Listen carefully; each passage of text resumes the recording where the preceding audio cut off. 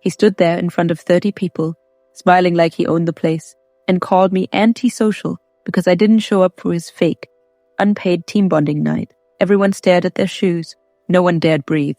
And my blood went cold, not from embarrassment, but from clarity. Because the moment he tried to humiliate me publicly, he handed me the weapon I needed to take him down. This is the story of how a power-drunk, newly promoted team lead tried controlling our lives, and how one email from me shattered everything he built. If you've ever had a boss who thought they owned your free time, hit that like button. Because today, justice is served cold. I had been with the company long enough to know how things worked. 3 team leads under 1 manager, 30 people on the floor, and 1 unspoken rule. Earn respect before you try giving orders. Then came Evan. 6 months in the company. No leadership experience, no technical expertise, no people skills, nothing but a gifted ability to kiss up. So when HR announced he was now our team lead, the entire floor froze like someone had dropped a glass. It wasn't just unexpected. It was impossible. Company policy stated, no internal promotions before 1 year of employment. But somehow, someway, Evan had slithered past every qualified candidate with spotless records. People whispered. People grumbled. And a few became instant fans, the kind who would compliment his shoes if it meant getting some imaginary favor in the future. I stayed neutral. I didn't care about his promotion until he made it my problem. Power corrupted Evan instantly. Before his promotion, he'd walk around quietly. After his promotion, he walked like every hallway was a runway and he was the headline model. He started giving corrections no one needed. He hovered behind screens like a nosy backyard neighbor. He issued unnecessary reminders to look busy, even when we were drowning in tasks. But the worst part? He wanted to be liked, desperately, pathetically, obnoxiously, and people couldn't stand him. Management noticed the tension, so instead of removing the problem, they told him, "You need to build team morale," Evan heard. "Force everyone to hang out with you." His solution, not required, but you should think of them as required monthly happy hours. Corporate blackmail wrapped in a smile. He announced the first one like he was hosting the Oscars. But the truth was painful. Some co-workers drove an hour each way. Some had toddlers and needed expensive babysitters. Others were exhausted and just wanted to go home. Yet everyone felt trapped, terrified of looking like they weren't team players. I watched people scramble to rearrange their schedules. And I thought, not me, not today, not ever. I liked my co-workers, sure, but spend unpaid time with a man who strutted around like a half-price tyrant? Absolutely not. I politely declined his invite. The morning of the event, he approached my desk with that forced grin. "Hey, did you see the invite? Everyone's coming. It's going to be fun." I smiled back, the polite kind, not the submissive kind. "Yeah, but I've got plans." His smile twitched. "Well, it's not required," he said, voice tightening. "But management really appreciates participation." My internal monologue? Oh, it was spicy. "Bro, participation means paid hours. Otherwise, I'm gone." But out loud, I stayed calm. "Still can't make it. But enjoy." He came back again later, and once more at the end of the day, each time more agitated. By the time he stormed off, I knew I'd just been added to his imaginary enemies list. The next morning, everyone came in looking like they had aged 5 years overnight. Fake smiles, tired eyes. A room full of people pretending they had fun to avoid Evan's drama. During our morning stand-up, Evan clapped his hands dramatically. "Thanks to everyone who came last night. Management loves to see commitment." Then he turned slowly, locked eyes with me, and delivered his blow. And for those who didn't come, well, management notices. Antisocial behavior can damage team morale. The room froze. My ears burned, not from shame, but from the adrenaline building in my veins. He had just publicly implied retaliation for an unpaid event. In one moment, Evan crossed a line he didn't even know existed, and I already knew exactly what I was going to do.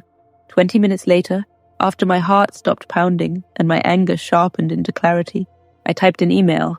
Friendly, warm, harmless on the surface. "Hey everyone, a team member asked about rules for after-hours events. Just sharing this in case it helps anyone." Then I added the kill shot. State labor statute requires hourly employees to be paid for any work-related event outside normal working hours. I didn't accuse anyone. I didn't name Evan. I didn't hint at drama. I simply informed people of their rights. Then I hit send to all and leaned back in my chair, letting gravity do the rest. What happened next is where the real revenge begins. You know that moment in movies when someone drops a match in a room filled with gasoline? That was my inbox. Within minutes, replies started flooding in. "Wait, this applies to us? Are you serious? We didn't know this. Hold on, we have to get paid? Why didn't anyone tell us? And then the big one. So, last night was technically illegal? People weren't whispering anymore. They weren't afraid. They were angry, but not at me. Every pair of eyes slowly shifted toward Evan's desk. He shrank into his chair, face red, hands trembling, his little empire cracking right in front of him. The happy hours weren't just optional now. They were dead. He couldn't force attendance, couldn't guilt-trip people, couldn't threaten consequences. He had lost his only weapon, and he knew exactly who pulled the trigger. About an hour later, Evan stormed into the manager's office. I couldn't hear the details, but I saw enough through the glass walls. His arms flailing, his face contorted, his voice raised, his desperation boiling over. He tried to play the victim. He tried to spin it as miscommunication. He even tried to claim I was undermining team morale, but the manager just stared at him, stone cold, flipping through the open state labor handbook. And then it happened. The manager leaned forward, whispered something, and pointed toward the door. Evan walked out, pale, defeated, broken. He didn't say a word to anyone, but the fallout wasn't done. The next month, Evan attempted another, not required happy hour. Except this time, not a single person rearranged their schedule. No one hired babysitters. No one panicked.